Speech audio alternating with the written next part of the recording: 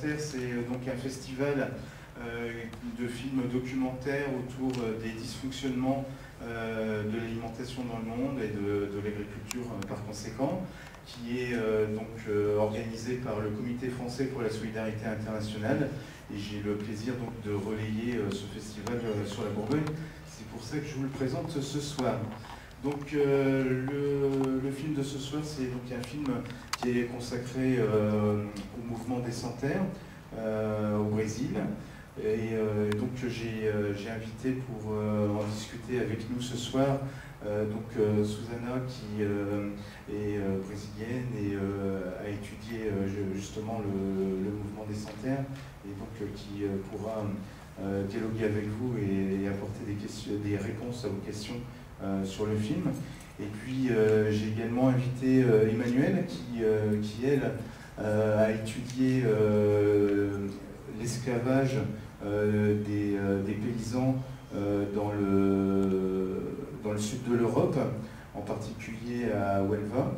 Et j'ai invité Emmanuelle parce qu'elle va pouvoir nous faire un éclairage sur effectivement la situation de l'esclavage dans l'agriculture proche de chez nous. Là, on n'est plus au Brésil, on est à quelques centaines de kilomètres de chez nous, et je trouve que c'est important de pouvoir repositionner les choses près de chez nous, parce que ça ne se passe pas seulement à l'autre bout de la planète, il y a également des dysfonctionnements près de chez nous. Voilà. Donc je vous laisse regarder le film et puis on se retrouve tout de suite après pour en discuter. À tout de suite.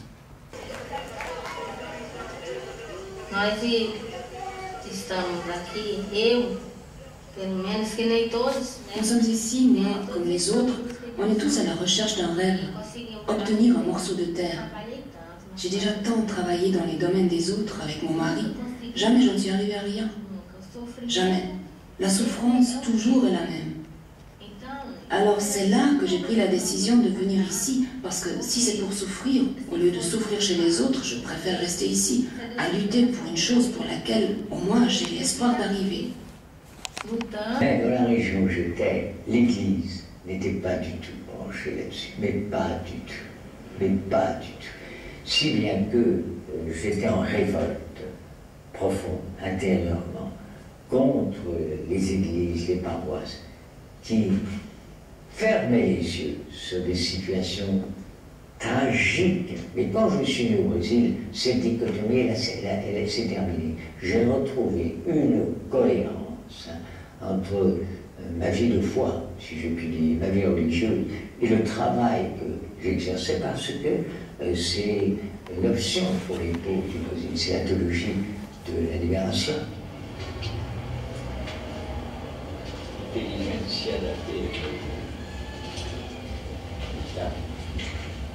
Henri travaille à la commission pastorale de la terre, un organisme de l'Église catholique qui soutient les paysans dans leur lutte.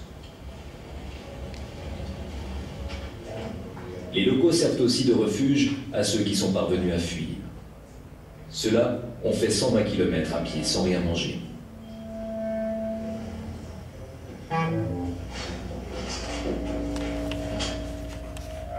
On peut dire qu'il devrait y avoir ici, à Chimboara, un poste du ministère du Travail fait pour cela. Hein. Mais il n'y en a pas. Hein. C'est une lacune, il devrait y en avoir. Dans toute la région, il y en a un seul poste du ministère du Travail à Rédemption, hein, et qui en fin de compte n'est pas fiable. Je vais peut-être commencer par poser les premières questions, et puis ensuite je vous donnerai la parole. Je vais commencer par toi. Sur quoi je travaille, moi je suis en thèse de sociologie et je travaille sur la monoculture intensive de fraises en Andalousie.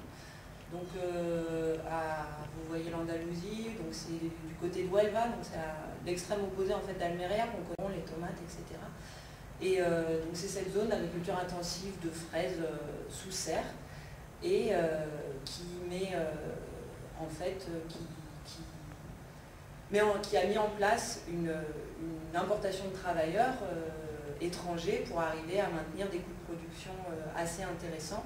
Et à partir du moment où ces travailleurs, donc c'est un peu différent, c'est une agriculture intensive, les fermiers qui cultivent les fraises sont vraiment mis en dépendance par rapport à la fois à Monsanto, qui fournit énormément de pesticides, mais en dépendance par rapport à leurs semences. L'université californienne leur fournit leurs plants, donc ils ont énormément de coûts en amont et aussi ensuite beaucoup de pression en aval, puisque la grande distribution, je crois qu'il y a un film qui passera aussi là-dessus, mais une pression énorme, et c'est eux qui emportent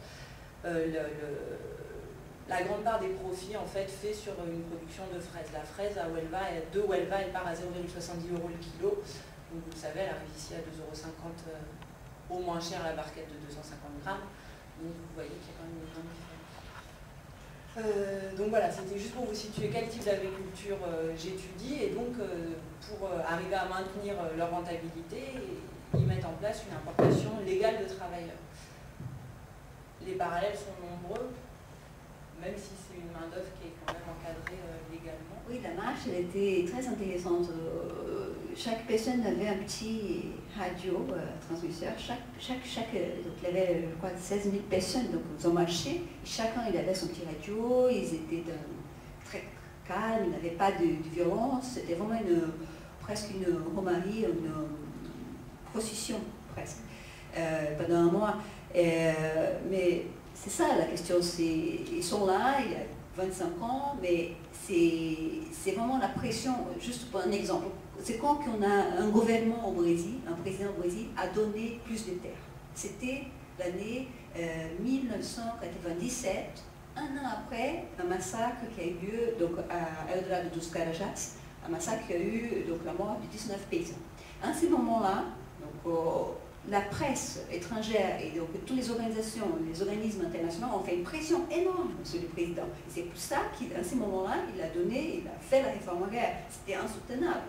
Donc j'ai l'impression que le fait que ça existe, ce débat-là comme est là, et qu'on fait des actions, c'est ça qui va faire vraiment que les choses bougent. Parce que ce n'est pas à l'intérieur du pays que les choses vont se faire de manière, disons, tranquille, harmonieuse, ou que ça va se faire la réforme agraire. C'est impossible. On va remercier nos invités d'avoir fait le déplacement pour venir ce soir. Et puis donc je vous donne rendez-vous donc la semaine prochaine. Vous faites attention, donc il y a une modification dans le calendrier. La séance de fooding n'est pas le 18 comme elle était initialement prévue, mais elle est reportée le samedi 20. Et à la place de la séance de fooding le 18, il y a un repas africain suivi d'une petite projection, mais très courte, une vingtaine de minutes autour de la souveraineté alimentaire. Et nous avons un ami africain qui va venir nous parler de la souveraineté alimentaire. Voilà.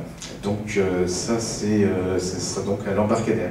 Et donc pour la séance de fooding, oui, c'est important, ce qu'il faut que je vous dise, c'est que la séance va se faire en collaboration avec Oxfam France, et on va parler de l'accaparement des terres avec un Indien guatémaltèque qui va venir nous parler de son expérience. Voilà.